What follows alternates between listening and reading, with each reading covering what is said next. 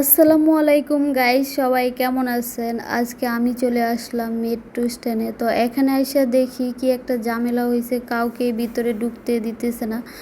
তো কিছুক্ষণ পর আবার আসলাম, আইসা দেখি মানে গেটটা খুলে দিছে। তো কেউ বের হইতেছে, কেউ যাইতেছে, সবার দেখি মনটা অনেক খারাপ। তো পরে জানতে পারলাম যে মেট্রো রেল হঠাৎ করে অফ হয়ে গেছে। তো কি আর করার, আমার বোনটা আমাদের বাসায় আসবে, সেই জন্য ওকে নেওয়ার জন্যই আমি আসলাম এখানে। তো ও ওইখানে মানে ঢাকা বা সিটি থেকে আসতেছিল, তো ওইখানে ও দাঁড়িয়ে আছে অনেকক্ষণ যাবৎ। ওইখানেও মেট্রো রেল আসতেছে না, একই ঝামেলা। তো পরে কি হলো সম্পূর্ণ ভিডিওটি দেখলে অবশ্যই বুঝতে পারবেন।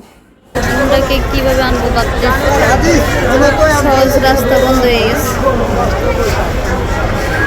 চলবে না। শোনার পরও মানুষগুলি ভিতরে যাইতেছে, মানে যাইতে আছে, কেউ কারো কথা শুনে না।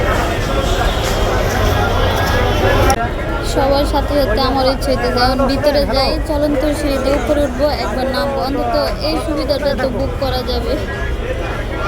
দেখেন মানুষ আসতে আছে, গেটটা লাগায় রাখছে, একটু ফাঁকা রাখছে, তারপরে এই দিক দিয়ে ধাক্কা ধাক্কা যাচ্ছে আর আছে। মানে সবার কত কষ্ট, সবার কানে ফোন, শুধু বলতেছে কখন ঠিক হবে জানে না।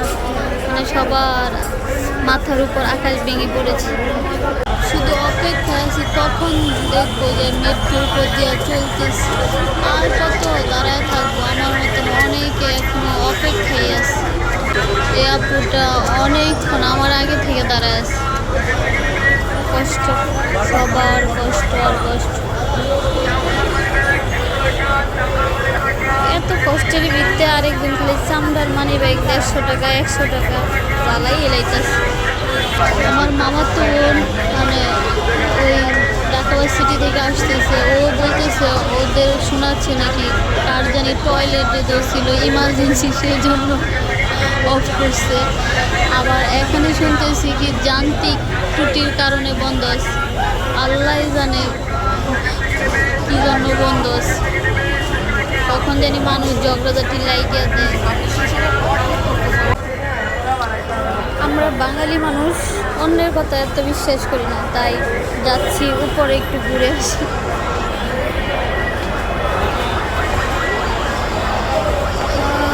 দেখে আসি সত্যি সত্যি সত্যি কি রেল বন্ধ কিনা, তাই উপরে যাচ্ছি দেখার জন্য। ঘুরে আসি একটু। সবাই অপেক্ষা করতেছে রে।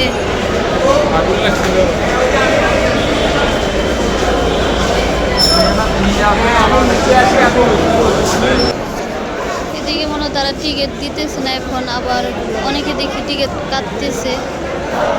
এক এক পাশে এক এক রকম আর কি।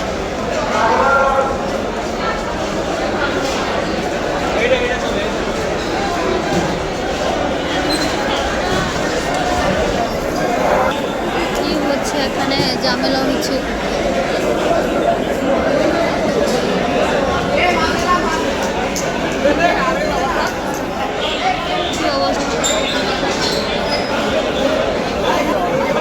যাচ্ছি উপর দিয়ে বের হয়ে যাইছি।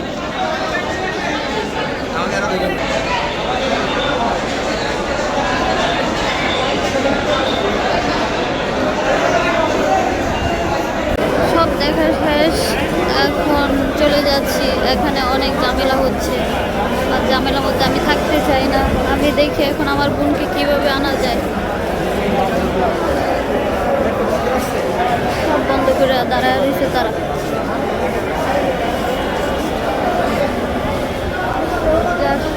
সবার কষ্টটা দেখলাম, এখন একটু আরাম করে নামবো, সেই জন্য আর কি এখানে আসলাম।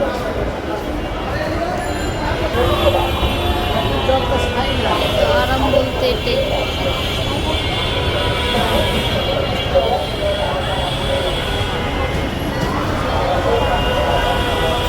কিছুই করার নাই, বোনকে নিতে পারলাম না, এখন চলে যাচ্ছি বাসায়। ও আসতেছে সিঁড়ি,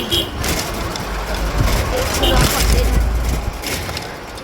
ডিজিটাল যুগে কষ্ট।